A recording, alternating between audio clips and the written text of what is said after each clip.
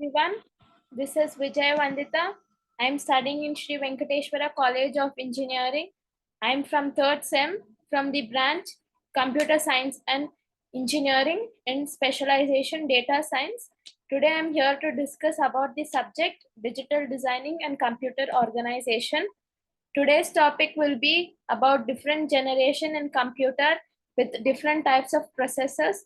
Also explain the changes in the processor architecture with respect to operation, processor operation speed and bits of operation. So first let's discuss about the generation of computers.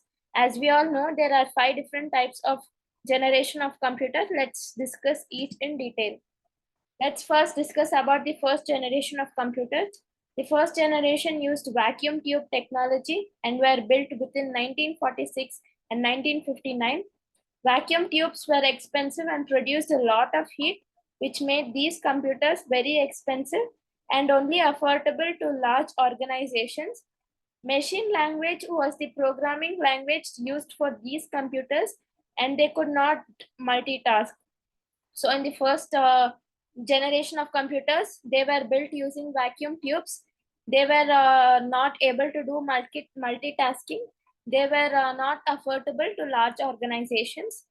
Then ENIAC was the first electronic general purpose computer that used 18,000 vacuum tubes and was built in 1943 for war-related calculations.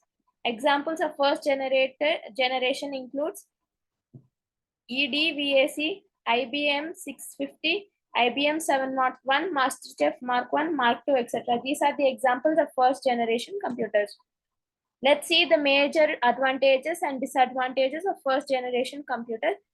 The advantages of first generation computers are the first generation was tough to hack and was quite strong. It was very strong. It was very difficult to hack the information.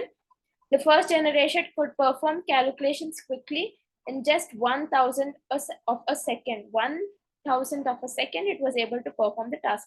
Let's see the disadvantage. They have consumed high amounts of energy, electricity. They were not portable due to their weight and size. They were very heavy and consisted of a large size. Let's discuss about the second generation of computers. The second generation of computers were developed in the late 1950s and 1960s. So in between these 10 years, the generation of second computer came into effect. These computers replaced vacuum tube with transistors. So first generation was made up of vacuum tubes. Then they were replaced by transistors in the second generation, making them very smaller, faster, and more efficient. This was done as transistors were more reliable than vacuum tubes, required less maintenance, and generated less heat. Due to this, second generation was a bit improved than first generation.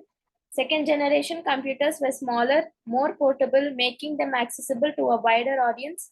Magnetic core memory was also introduced in this generation, which was faster and more reliable. This laid the foundation for further developments, paving the way for the third generation that used integrated circuits. Let's see the major advantages and disadvantages of the second generation computers. The major advantages of second generation computers were they provided better speed and improved accuracy than the first generation computers. Computers developed in this era were smaller, more reliable, and capable of using less power. So, which were the computers that computer generated in the second generation was smaller and more reliable than the first generation. The main disadvantage of second generation are they were only used for specific objectives and required frequent maintenance. The second generation of computers used punch cards for input, which required frequent maintenance. The maintenance was very high in second generation of computers. Let's move on to third generation of computers. The third generation of computers emerged between 1964 and 1971. Between these years, the third generation of computer came into effect. This generation used microchips or integrated circuits, making it possible to create smaller, cheaper, and much faster computers. The third generation of computers were much smaller, faster than previous generation, that is first and second generation. Compared to those two generations, the third generation was much faster with computational speed reduced from microseconds to nanoseconds. New input devices like mouse and keyboard were introduced, replacing older methods like punch cards. New functionalities like multi-programming and time sharing and remote processing were introduced, allowing for more efficient use of the computer resources. Let's see the disadvantages and advantages of the third generation computers. The major advantage of third generation computers were the use of integrated circuits made them more reliable, smaller in size and required less space than previous generation. So they were very small than the previous two generation. It was more reliable. The main disadvantage of third generation is advanced technology were needed to manufacture IC chip. IC chip is integrated circuit chips. Formal training was necessary to operate third generation computers. So there were not any training given for first generation and second generation computers. So in order to access the third generation computer, there were proper training needed. Let's see the fourth generation of computers.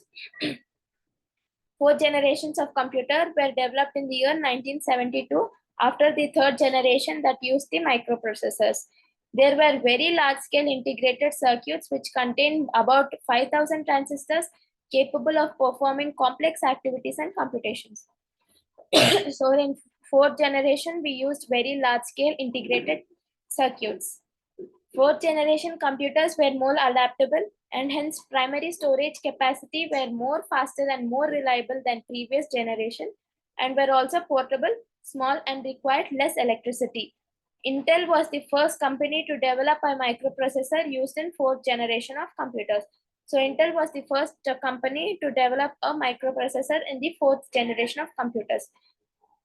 Fourth generation computers used large scale integrated chips technology and were incredibly powerful but also very small, leading to a social revolution in the computer industry. This generation had the first supercomputers and used complex programming language like C, C++, database, etc. could perform many accurate calculations.